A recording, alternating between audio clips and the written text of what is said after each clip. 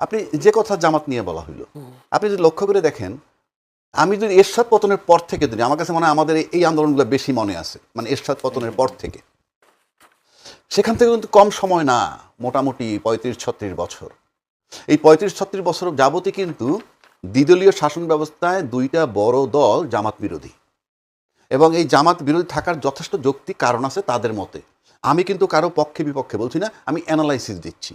তাহলে অত বড় দুইটা শক্তি গত 25 বছর তারা টানা রাজত্ব, না 25 না 30 বছর, শেখ হাসিনার 2 টার্মে 20 বছর, ম্যাডাম খালেদা জিয়া মনে করেন 3 বার প্রধানমন্ত্রী, 10 ইয়ার্স, এই 30 বছর কিন্তু এই দ্বিদলীয় শাসন অ্যাবসোলুট টার্মে ছিল, এবং তারা ফুল টাইম জামাত বিরোধী। যদিও তারা জামাতকে আন্দোলনে নিচ্ছে, মন্ত্রীও বানাইছে, এটা বললি বলে আমার প্রয়োজন ছিল তখন নিছি, আর এখন আমার প্রয়োজন নেই নিলাম, বেক টার্ম, বাংলাদেশ এগুলো খায় না, আমি সেখানে যাচ্ছি না সেই আলোচনাটায়। কিন্তু আমরা তো ধ্বংস করতে চেয়েছি, জামাতটাকে তো কেউ চাই নাই। আর এত ক্ষমতা থাকা সত্ত্বেও আপনার জামাতের রাজনীতি বন্ধ হয় নাই কেন? এটা কি বলা হয় যে ধ্বংস করা যায় না? সেই জামাত হাঁটি হাঁটি পাপা করে আজকে বিরোধী দলের নেতা। গল্প আপনি যত করেন, 5 বছর পতাকা উঠবে তার বাড়িতে। আমি কিন্তু বিদ্বেষ না আমার, আমি ব্যাখ্যা দিচ্ছি কি বিরোধিতা করছেন, নাকি নাটক? স্বাধীনতার পক্ষ শক্তি বিপক্ষ শক্তি, এটা নাটক কিনা, পরিষ্কার নাটক ছাড়া আমি কিছু দেখি না। তা না হলে আজকে তারা 68টা সিট পেয়েছে, 1 2, তার পক্ষে কেউ কথা বললে রাজাকার ট্যাগ দেওয়া হয়। 31% ভোট পেয়েছে, সবই কি রাজাকার? কেউ বলছে আওয়ামী লীগ না থাকার কারণে ভোট বেশি। দরকার নাই আমার, 31% ভোট দিছে তো, হ্যাঁ, তাদেরকে ফাঁসি দিবেন, গুলি দিবেন? কেন ভোট দিছিল? দুইটা পরীক্ষিত দল দেখে তারা ভাবছিল দেখি কি হয়, সেটা দিয়ে বিতর্কিত করে গেল। রেজওয়ানা কি বলল? মেইন স্ট্রিমে যাতে না আসতে পারে, উগ্রবাদীরা যাতে না, পরিষ্কার সে মিন করছে। আমি সেই বিতর্কে যাচ্ছি না। তার মানে শক্তির রূপান্তর আছে, ধ্বংস নাই। ওই যে বন্ধ নষ্ট করা যায় না, যেটা মান্না ভাই বলল যে একটা দলকে ধ্বংস করা যায়, তার পক্ষে লজিক দিলাম। যেখানে জামাতকে আপনি ডিস্ট্রয় করতে পারতেছেন না, সেখানে আওয়ামী লীগকে আপনি ডিস্ট্রয় করতে পারবেন না। এবার আসেন আমার চ্যাপ্টার। আপনি যদি আমাকে বিবেকবান লোক হিসাবে বলেন, এগুলো সেও একমত হবে। এখন আপনি যদি আয়নাঘর ধরেন, বিডিআর হত্যা ধরেন, শাপলা চত্বর হত্যা, বিনা বিচারে হত্যা, তারপরে এই যাওয়ার আগে 1400 লোকের হত্যা, উনি একটা হত্যা নিজে করেন নাই, বাট উনি এটা নেতৃত্বে ছিলেন, প্রিভিলেজ উনি দিয়েছেন, উনি চাইছেন ক্ষমতায় থাকতে, আর এগুলো সব ক্ষমতায় থাকার সাথে রিলেটেড। সেই বিবেচনা যদি আমি যাই, তাহলে আমি বলবো যে হ্যাঁ, ঠিক আছে, পার্টি নিষিদ্ধ হওয়া দরকার। বাট আপনি যদি গণতন্ত্রে বিশ্বাসী হন, গণতান্ত্রিক প্রক্রিয়ায় থাকেন, বিএনপি আজকে ক্লেম করতেছে ক্ষমতা এসে তারা একটা বড় গণতান্ত্রিক দল, গণতান্ত্রিক দলের মানসিক প্রস্তুতি থাকতে হবে সবসময় এরকম যে আমি অলওয়েজ পরীক্ষা দেওয়ার জন্য প্রস্তুত। আপনি পরীক্ষা দেওয়ার জন্য যদি প্রস্তুত হন, এই ভোট পাইছেন, আবার সামনে পরীক্ষা দিবেন। পাশাপাশি আপনার প্রিভিলেজ আছে, যারা আওয়ামী লীগের অপরাধী, টোটাল আওয়ামী লীগের সব তো অপরাধী না, অলরেডি এফআইআর হয়েছে, মামলা হয়েছে, দণ্ড হয়েছে, এফআইআর ভিতরে যাদের নাম আছে তারা আপনার কার্যক্রম স্থগিত থাকতে পারে। আমি বলছি না কার্যক্রম উঠাইয়ে দেন, আমি আসছি অন্য ব্যাখ্যায়। সেই পানিশমেন্টগুলো হোক, নাম্বার 1। নাম্বার 2, আপনারা যখন বন্ধই করবেন, তাহলে অন্তর্বর্তীকালীন সরকার যখন প্রস্তাব আনলো, আন্দোলনের মুখে হোক আর যেভাবেই হোক, বন্ধ করার কথা হইলো, যে পার্টি নিষিদ্ধ করার কথা আসলো, সেখান থেকে শিফট কইরা, যেহেতু তখন আজকের ক্ষমতা কি বলছিল যে আমরা কোনো পার্টি নিষিদ্ধ হোক, আমরা সেটা চাই না, কোনো অ্যাডমিনিস্ট্রেটিভ অর্ডারে হোক, এটা আমরা চাই না, এবং এটা হয় না, এটা জনগণের ব্যাপার। আরে ভাই, সেদিন যদি আপনি সুকৌশলী বুদ্ধিমান হইতেন, তাইলে তো চুপচাপ থাইকা ইনুসার দিয়ে করাইতে পারতেন, সমস্ত লায়াবিলিটিস তার উপরে থাকতো। আমি তো মনে করি আপনি রাজনৈতিক হিসেবে প্রজ্ঞাবান নন। এখন আমার কাছে মনে হয় যে আজকে যে নিষিদ্ধ করছে সেটার কারণ কি? আজকে নিষিদ্ধ করার পিছনে আমার একটা কারণ হতে পারে এই যে বাংলাদেশের ক্ষমতায় থাকলে একটা বিশাল শক্তির ক্ষমতায় থাকে, শক্তি, অদৃশ্য শক্তির ক্ষমতা আমি বললে ভেক টার্ম হবে, বাট নর্মাল শক্তি 3টা power: media, administration and business oligarch. এইটা যদি ধরেন, এদের উপরে কেউ মাতব্বরি করে কিনা সেটা অন্য চ্যাপ্টার, সেটা যেহেতু আনসিন আমি বলবো না, বাট ডিপ স্টেট একটা টার্ম আছে।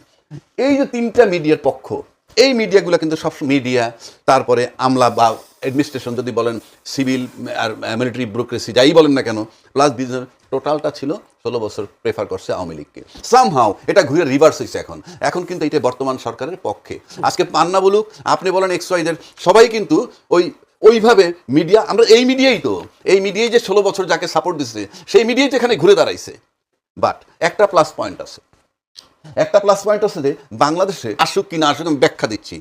এই যে মিডিয়া, আমলা এবং বিজনেস অলিগার্ক যারা, তারা যেহেতু জামাতকে প্রেফার করবে না, এটা যখন নিশ্চিত হয় কোনো দল, তখন ভাবে মিডিয়া কোনো অপশন নাই না, তখন মনে করেন সেই দলটা ডেসপারেট হতে পারে। কেন আমি বলছি যে আজকে তো যে ক্ষমতায় আছে, এই 3টা সেক্টর তার পক্ষে।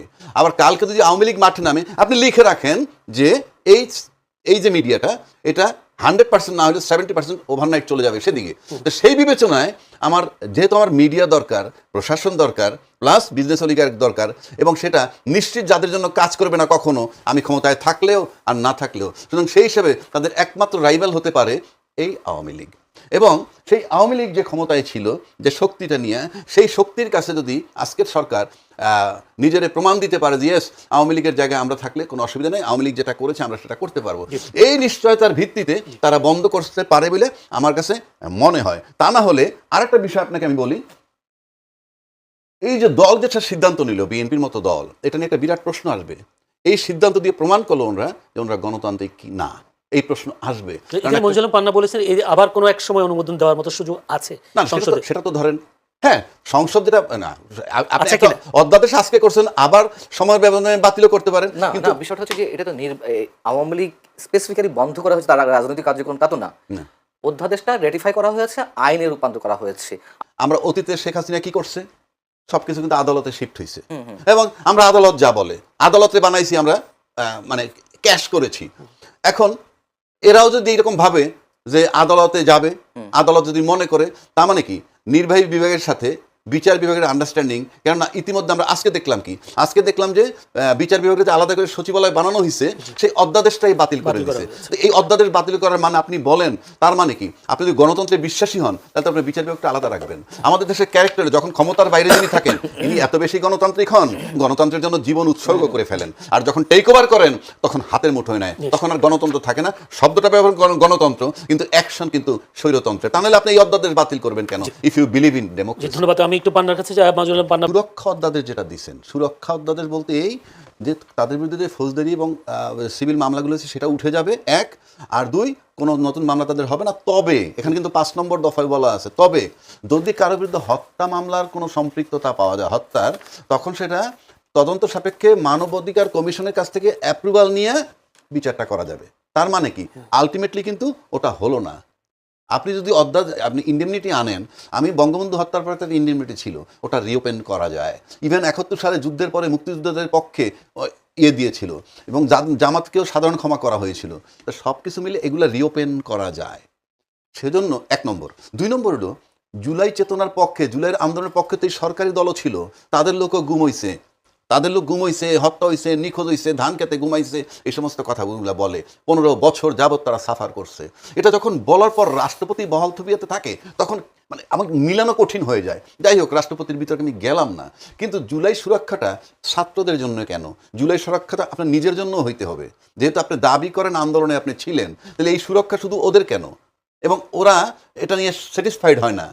জুলাই সুরক্ষায় আপনি নাই কেন? আপনি চলনে বলনে এস্টাবলিশ করতেছেন, মুখে বলতেছেন জুলাই চেতনার পক্ষে, অ্যাকশনে আপনি দেখাচ্ছেন না। তাহলে জুলাই সুরক্ষা আপনার দরকার নাই। আমি সেই জন্য 1 নম্বর, এটা গেল এক সাইড।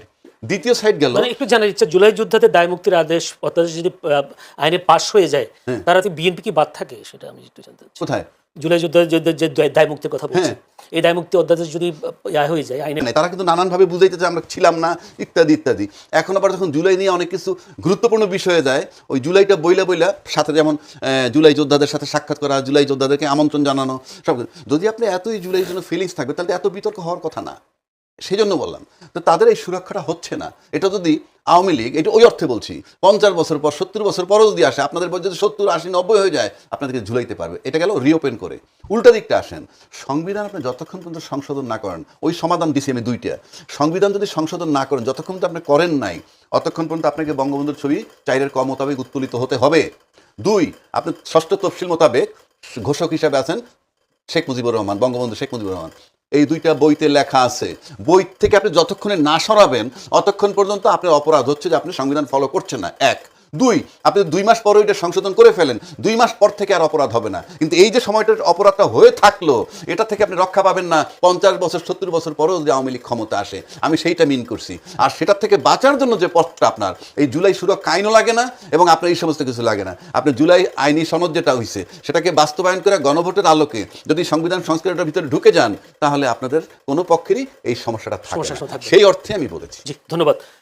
জনাব মঞ্জুল আলম পান্না, আজকে বেগম রোকেয়া বিশ্ববিদ্যালয় বেরোবি শিক্ষার্থী জুলাই অভ্যুত্থানের প্রথম শহীদ আবু সাঈদ হত্যা মামলার রায় ঘোষণা হয়েছে। সেখানে সাবেক এএসএ আমির হোসেন, কনস্টেবল সুজনের মৃত্যুদণ্ড, 3 পুলিশ কর্মকর্তার যাবজ্জীবন সহ প্রায় 24 জন, সেখানে বেরোবির ভিসি আছেন, 2 জন শিক্ষক আছেন, একজন প্রক্টর আছেন, এরকম মিলে প্রায় 24 জনকে বিভিন্ন মেয়াদে সাজা দেওয়া হয়েছে। কিন্তু রায়ের পরে দেখা গেছে আবার অসন্তোষ প্রকাশ করেছে যে সাঈদের পরিবার। এই রায়টাকে কিভাবে দেখছেন? শুনুন, ট্রাইব্যুনালে যে রায় হচ্ছে বা মামলা পরিচালনা হচ্ছে, এগুলো নিয়ে আসলে মন্তব্য করা না করার সমান কথা। প্রথম কথা হচ্ছে, এই কথা বলার কারণে অ্যাডভোকেট ফজলুর রহমান, যিনি এখন সংসদ সদস্য, বিএনপি চেয়ারপারসন উপদেষ্টা ছিলেন, মুক্তিযোদ্ধা, তিনি একটি প্রশ্ন তুলেছিলেন যে শেখ হাসিনার বিরুদ্ধে যদি মামলা করতে হয় তার জন্য আলাদা ট্রাইব্যুনাল গঠন করুক।